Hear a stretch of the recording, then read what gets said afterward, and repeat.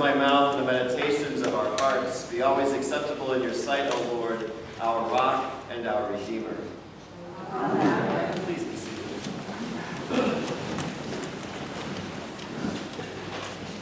I don't know if you've ever had this experience, but this week I felt like there was a word chasing me around. I first heard it on Tuesday morning on NPR. There was an interview with an artist, Melissa McCracken, who has an unusual condition where when she hears music, she sees colors.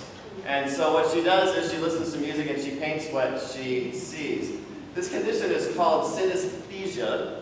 It's a Greek word that means union of senses. And apparently it pops up in various forms. Later in the week I was sitting on the deck reading The New Yorker, and there was an article about Ron Winograd. He's the guy who came up with the fragrance and loves Baby Soft. And he teaches...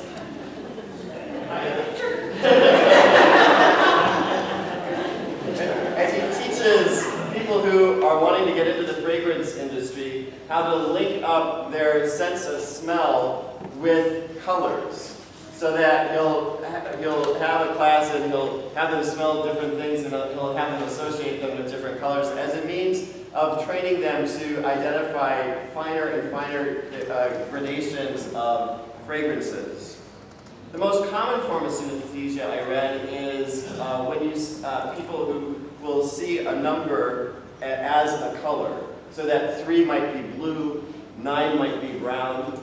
After I preached at 8 o'clock, one of our 8 o'clock parishioners came to me and said, you know, I've had that my whole life. I never knew what it was called, and I assumed other people had the same thing. And that's one of the things about synesthesia, is that it feels so natural that folks who have some form of it don't realize that it's an unusual condition.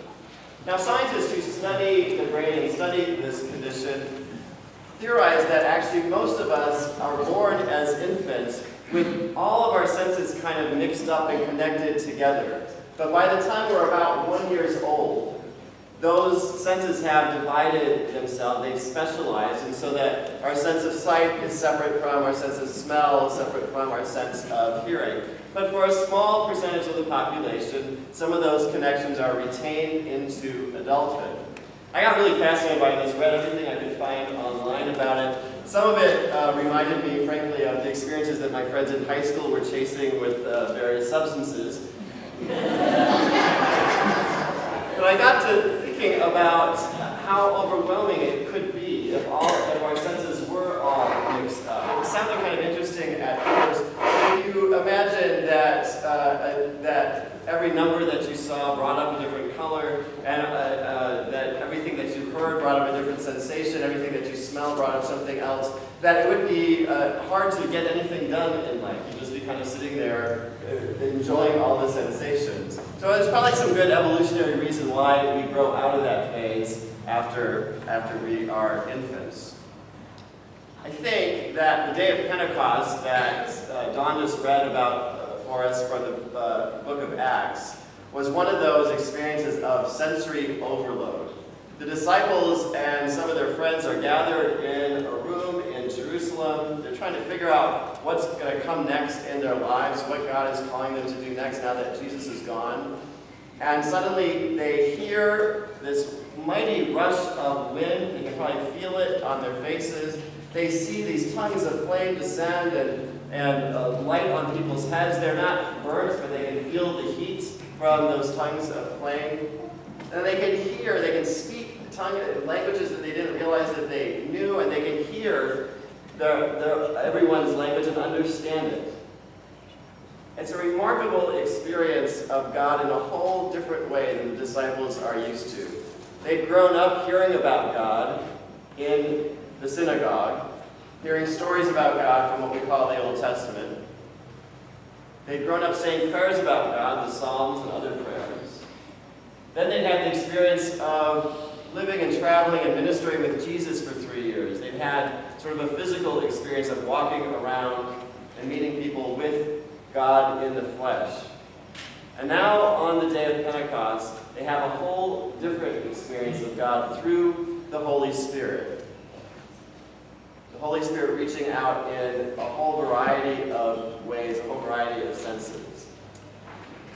we understand that we experience God through the Holy Spirit, but it's probably the person of God that we understand least well, and that maybe we are least comfortable with. And so I thought this week about ways that I believe I experience the Holy Spirit in my life. These are three sort of just personal examples that I share with you as a means to get you thinking about how you may experience the Holy Spirit in yours.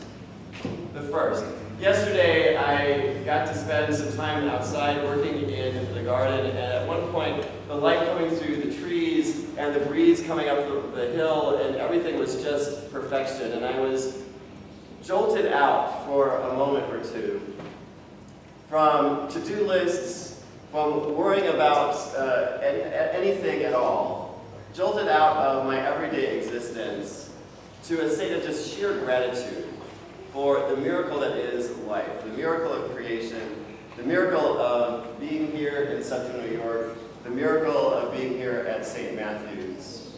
It was momentary, and then I got back to eating. But it was a profound moment, and I think that is one of the things that the Holy Spirit does for us. Pushes us out of our everyday existence, our everyday frame of reference, gives us new eyes to look at our lives, to look at the world around us, a new way of understanding. The Holy Spirit gives us a new perspective.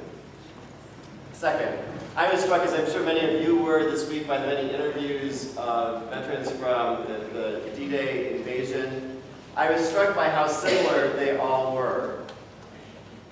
Interview after interview, the soldiers said, we had a job to do.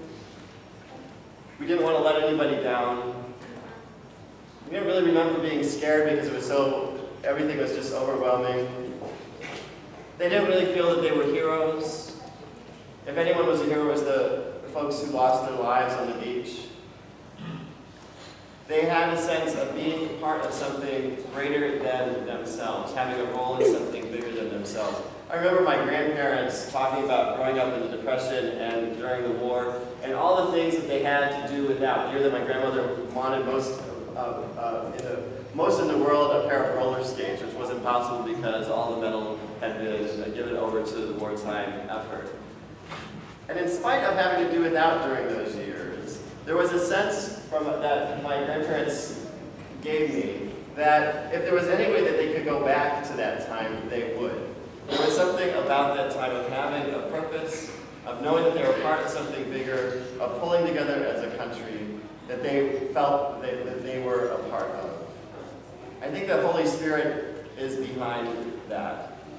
A sense of bringing people together, uniting people in purpose. We see that in the story that we just heard of folks from all different countries, all different regions, speaking all different languages, being able to understand one another, being united in hearing about God's mighty deeds of power. Another example of the Holy Spirit, I think, bringing people together, I heard an interview with Temple Grandin this week. You may have heard about her. She has autism. Her mother worked very hard when she was young to teach her some skills to be successful with autism. She ended up kind of revolutionizing the beef industry because she was able to see the whole process of raising cattle from the animal's perspective. And she became committed to the idea of making their life as meaningful as possible. Even though they were being raised for slaughter, she wanted to make sure that cattle had a life that was as meaningful, as healthy as it possibly could be. And revolutionized the cattle industry. She now spends a lot of her time traveling around the country talking about autism and about how to raise children up who have autism, about how to integrate them into society. And I think that is the Holy Spirit at work in Temple Grandin's work and the work of those who dedicate their lives to working with folks with autism and other types of conditions. The Holy Spirit working to bring us together, to unite us around a common purpose. Final example where I think I see the Holy Spirit at work. I've been reading David Brooks' latest book, The Second Mountain. He suggests that in life we climb two mountains. The first mountain, he says, is the mountain of self-identity. We concern ourselves with what we're going to do with our lives, our career, getting married, raising a family, we concern ourselves with status and possessions and prestige and money. He says that most of us, he says, fall off that first mountain, we hit a valley. Something happens that shakes up the way we see the world, that pulls the supports out from the way we have created meaning for ourselves. A serious illness, a divorce, a failure of some sort. We go into that valley and then we begin to climb the second mountain. He says the second mountain in life is about others. It's about the way that we serve others, the way we try and make the world a better place. And so he says we find ourselves drawn to creating an agency that provides haircuts for homeless people, or building laundry facilities in our basement so that people who don't have access to laundry can still have clean clothes. Or spending our time tutoring young people who are having trouble learning how to read. Instead of focusing inward, the second mountain, he says, is our tendency then to focus outward, to focus on relationships, to focus on making the world a better place. He says the second mountain is higher, it's harder to climb, it's more work, but he says the rewards are greater. I see the Holy Spirit pulling us out of that valley that all of us find ourselves in upon occasion, and pushing us up the second mountain of this life, to live a life focused on others. As I say, three kind of very personal ways I think I see the Spirit at work. The Holy Spirit jolting us out of our everyday existence and opening our eyes to a new way of looking at things. The Holy Spirit drawing us together, uniting us around a common purpose. And the Holy Spirit drawing us up out of the valley of our lives, up that second mountain, to focus on making the world a better place. Maybe these work for you and maybe they don't, but maybe you have experienced the Holy Spirit in other ways. And I pray on this Feast of Pentecost that you'll spend some time reflecting on how the Holy Spirit has worked in your lives, where the Spirit may be calling you out of your safety zone, where the Spirit may be trying to get you to look at the world, look at your life through different eyes, where the Spirit is drawing us closer together. Amen.